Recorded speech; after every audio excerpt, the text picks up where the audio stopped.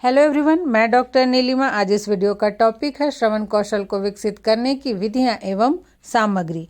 Topic पर चर्चा करने से पहले यदि आप बीएड के सिलेबस का हिंदी ट्रांसलेशन चाहते हैं या फिर बीएड के कोर्स 1, 2, 3, 5, 9, 10 के और 7A, B के वीडियो चाहते हैं, नोट्स चाहते हैं तो डिस्क्रिप्शन बॉक्स में लिंक दिया हुआ है, आप वहां जाकर देख सकते हैं। इसके अतिरिक्त भी micro teaching, teaching skills, lesson plan कैसे बनाते हैं, एग्जाम में आंसर्स कैसे लिखते हैं, प्रैक्टिकल एग्जाम की तैयारी कैसे करें और अन्य प्रोजेक्ट इत्यादि से संबंधित वीडियो देखने के लिए डिस्क्रिप्शन बॉक्स में जाकर लिंक प्राप्त कर सकते हैं। तो आइए शुरुआत करते हैं। श्रवण कौशल को विकसित करने की विधियों के बारे में जानने से पहले हम संक्षेप में यह जान लेते हैं कि श्रवण कौशल है क्या। तो श्रवण कौशल का अर्थ है सामने वाले व्यक्ति की भाषा को सुनकर उसके अर्थ एवं भाव को समझने की योग्यता, दक्षता एवं निपुणता। अर्थात जब कोई व्यक्ति हमारे सामने कुछ बोलता है तभी तो हम सुनते हैं। तो ये हमारे सामने कोई भी व्यक्ति यदि कोई बात बोल रहा है तो उसकी भाषा को सुनकर उसके अर्थ और भाव को यदि हम समझ लेते हैं तभी इसमें योग्य, श्रवण कौशल में योग्य और निपुण कहलाएंगे। बालकों में श्रवण कौशल के विकास का अर्थ है उन्हें मौखिक भाषा सुनाकर उसके अर्थ एवं भाव को समझने की क्रिया में निपुण करना। इसके लिए यह आवश्यक है कि उनमें सुनने से संबंधित आवश्यक तत्वों का विकास किया जाए। और ये जो श्रवण कौशल है इसका विकास 1 दिन में या 2 दिन में या 2 महीनों में या फिर 2 सालों में नहीं किया जा सकता, बल्कि इसके लिए सतत प्रयास की आवश्यकता होती है। बालक की समझ जैसे जैसे विकसित होती है, उसका जैसे जैसे मानसिक विकास होता है और प्रयास भी जारी रहता है, तब ही बालक श्रवण कौशल में निपुण हो पाता है। वैसे तो श्रवण कौशल का विकास बच्चों में विद्यालय में प्रवेश लेने से पहले ही हो चुका होता है, क्योंकि वो अपने घर पर भी अपने फैमिली के लोगों की बातें सुनकर बहुत कुछ सीख चुके होते हैं। लेकिन इसकी एक सीमा होती है, ये सीमा बहुत सीमित होती है और विद्यालय में बच्चों को भाषा के सर्वमान्य रूप को सुनने तथा सुनकर उनका अर्थ एवं भाव को समझने में दक्ष किया जाता है, निपुण बनाया जाता है।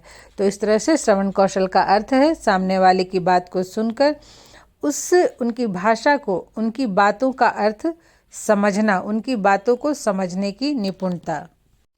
अब हम देख सकते हैं कि कौन कौन सी विधियों को अपनाकर बच्चों में श्रवण कौशल का विकास किया जा सकता है। सबसे पहले सस्वर वाचन। कक्षा में भी जब देखिएगा कि टीचर पढ़ाते हैं तब वो आदर्श वाचन करते हैं, अर्थात कोई भी कविता या कहानी को वो पढ़कर सुनाते हैं और छात्रों को दोहराने को कहते हैं या फिर कक्षा के किसी छात्र को ही पढ़ने को कहते हैं।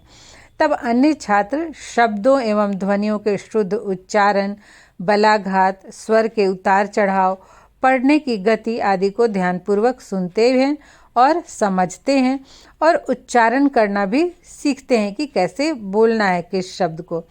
जैसे विद्यालय में शिक्षक द्वारा कविता स्वयं पढ़कर या फिर छात्रों को दोहराने के लिए कहना, गिनती, पहाड़ा आदि स्वयं बोलकर छात्रों को दोहराने के लिए कहना, पहले स्वयं पढ़कर छात्रों को सुनाना और फिर छात्रों से पढ़ने के लिए कहना इत्यादि कार्यों से छात्रों में श्रवण कौशल का विकास होता है।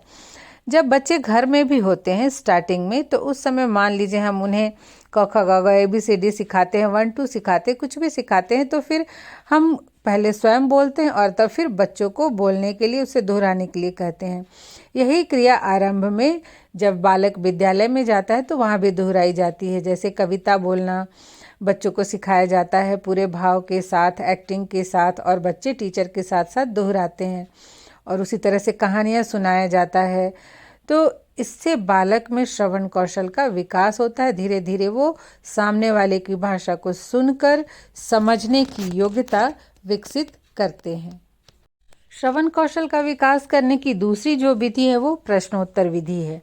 प्रश्नोत्तर विधि का प्रयोग प्राचीन काल से ही कक्षा शिक्षण के दौरान किया जाता रहा है। प्राचीन काल में भी जब गुरुकुल में शिक्षा दी जाती थी तो जो शिक्षक थे वो छात्रों को पढ़ाते थे, जो गुरु हुआ करते थे गुरुकुल में, वो जो भी पढ़ाते थे पाठ, उससे संबंधित प्रश्न भी पूछते थे और वर्तमान में भी ऐसा होता है। शिक्षण कार्य करते समय शिक्षक पाठ पढ़ाने के साथ साथ छात्रों से प्रश्न भी पूछते हैं। इससे सभी छात्र शिक्षक की बातों को ध्यान से सुनते हैं और कक्षा में सावधान भी रहते हैं कि शिक्षक पाठ से संबंधित प्रश्न उनसे भी पूछ सकते हैं।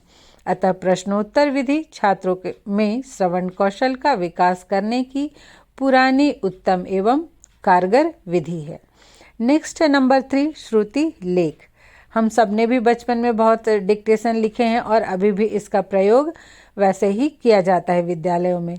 श्रुति लेख श्रवण कौशल का विकास करने की बहुत ही सशक्त, प्रचलित एवं उपयोगी विधि है। श्रुति लेख में विद्यार्थी शिक्षक द्वारा बोले जा रहे शब्दों एवं वाक्यों को सुनकर लिखते हैं। जब छात्र शिक्षक की बातों को ध्यानपूर्वक सुनेंगे तभी वह शब्दों एवं वाक्य को शुद्ध शुद्ध लिख सकेंगे।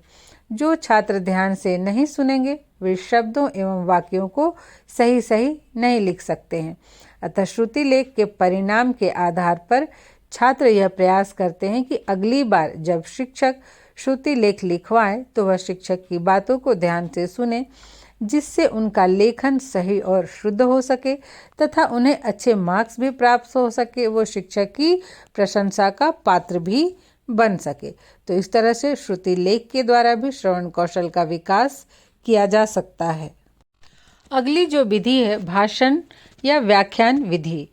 भाषण या व्याख्यान विधि भी छात्रों में श्रवण कौशल का विकास करने के लिए अत्यंत ही उत्तम विधि होती है।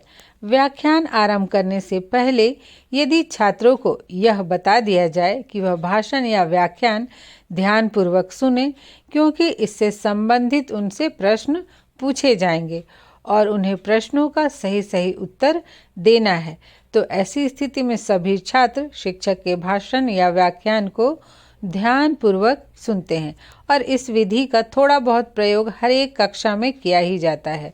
तो ये विधि भी छात्रों में श्रवण कौशल का विकास करने की बहुत ही उत्तम विधि मानी जाती है।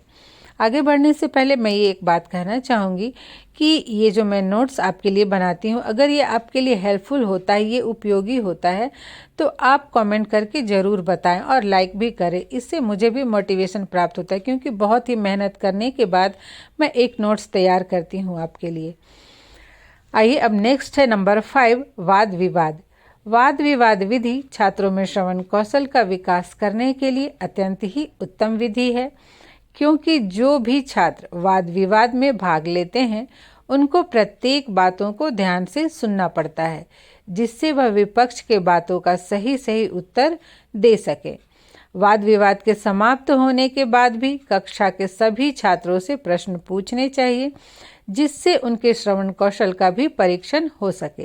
जैसे वाद विवाद विधि जो है, इसमें 2 पक्ष होते हैं और क्लास को 2 भाग में बांट दिया जाता है। एक होते हैं पक्ष, एक होते हैं विपक्ष। तो जो भी टॉपिक होता है एक ग्रुप उसके पक्ष में बोलता है, दूसरा ग्रुप उसके विपक्ष में बोलता है। तो इसलिए जो दोनों ग्रुप हैं एक दूसरे की बातों को ध्यान से सुनते हैं। हालांकि इसमें सभी छात्र तो भाग नहीं ले सकते, इसलिए वाद विवाद समाप्त होने के बाद अंत में सभी छात्रों से भी प्रश्न पूछने चाहिए उससे संबंधित, जिससे ये भी पता चल सके कि उन्होंने कितना सुना है। अगली जो विधि है नंबर 6, वह है कहानी विधि, कहानी कथन विधि। इस विधि का भी प्रयोग लगभग सभी स्तर पर किया ही जाता है कि किसी भी टॉपिक को पढ़ाने के लिए थोड़ा सा उसको एक्सप्लेन करते हैं, तो जिसमें लेक्चर और जो स्टोरी है वो थोड़ा मिक्स होता है। और बच्चों को तो कहानी बहुत अच्छा लगता है सुनना। ऐसा कोई भी बच्चा नहीं होगा जिसने बचपन में कहानियाँ ना सुनी हो। अब तो बड़े भी यूट्यूब में आप देखेंगे कि कहानियाँ सुनते हैं और या फिर कहानियाँ पढ़ते हैं। तो बच्चे जो होते हैं वो स्वभाव से ही कहानी प्रिय होते हैं, उनको कहानी सुनने में बहुत ही आनंद आता है। अतः शिक्षक पाठ को कहानी विधि के माध्यम से पढ़ाए तो बालक बहुत ही ध्यान से सुनते हैं, इंटरेस्ट लेके सुनते हैं, और कहानी की समाप्ति के बाद उससे संबंधित प्रश्न पूछने पर या फिर बालकों में से किसी को कहानी सुनाने के लिए कहने पर यह सरलता से पता चल जाता है कि बालकों ने कहानी ध्यान से सुनी है या नहीं। इसलिए कहानी विधि का प्रयोग करना चाहिए शिक्षण कार्य के दौरान, जिससे बच्चों में श्रवण कौशल का विकास हो सके। और अंत में है नंबर 7, श्रव्य दृश्य सामग्री का प्रयोग। आप यहाँ पर नंबर ना देके एक हेडिंग देके भी लिख सकते हैं कि श्रव्य दृश्य सामग्री का प्रयोग करने में किन किन सामग्रियों का प्रयोग किया जा सकता है, और इसमें जो भी सामग्रियां हैं हर एक सामग्री को अलग अलग से लिखकर एक एक सामग्री को डिस्क्राइब कर सकते हैं। तो छात्रों में श्रवण कौशल का विकास करने के लिए आवश्यकता अनुसार सहायक शिक्षण सामग्री का प्रयोग करना भी बहुत ही उपयोगी सिद्ध होता है, जैसे कि ग्रामोफोन, टेप रिकॉर्डर, चलचित्र, दूरदर्शन, प्रोजेक्टर इत्यादि के माध्यम से यदि छात्रों को कहानी, नाटक, कविता, गीत आदि सुनाकर उसमें श्रवण कौशल को विकसित किया जा सकता है। जैसे कि बच्चों के लिए अलग अलग दिन निर्धारित हो कि अगर उन्हें कहानी पढ़ाना हो तो उससे संबंधित उनको वीडियो दिखा दिया जाए, कभी कोई मूवी दिखा दी जाए, या फिर जब छात्रों को डांस करवाना हो तो टेप रिकॉर्डर का भी प्रयोग किया जा सकता है। बच्चे जो गाना होता है, गाने के बोल को सुनकर बहुत ध्यान से सुनते हैं कि कब उन्हें कौन सा स्टेप करना है। तो ये सब जो श्रव्य दृश्य सामग्री हैं, ये छात्रों में श्रवण कौशल का विकास करने के लिए बहुत ही उपयोगी है, और सभी बच्चे इनका उपयोग करने से शिक्षक जो भी सिखाना चाहते हैं उसको सीखने में बहुत ही रुचि लेते हैं। तो ये था श्रवण कौशल को हम कैसे विकसित कर सकते हैं, उसकी कुछ विधियाँ, और इन विधियों के साथ साथ हम किन प्रकार की सहायक शिक्षण सामग्री, टीचिंग एड्स का प्रयोग कर सकते हैं, उसका संक्षिप्त विवरण। तो आशा करती हूँ ये वीडियो आपके लिए हेल्पफुल हो। अगर हेल्पफुल है तो ज़रूर कमेंट करके बताएं। मिलते हैं नेक्स्ट वीडियो में।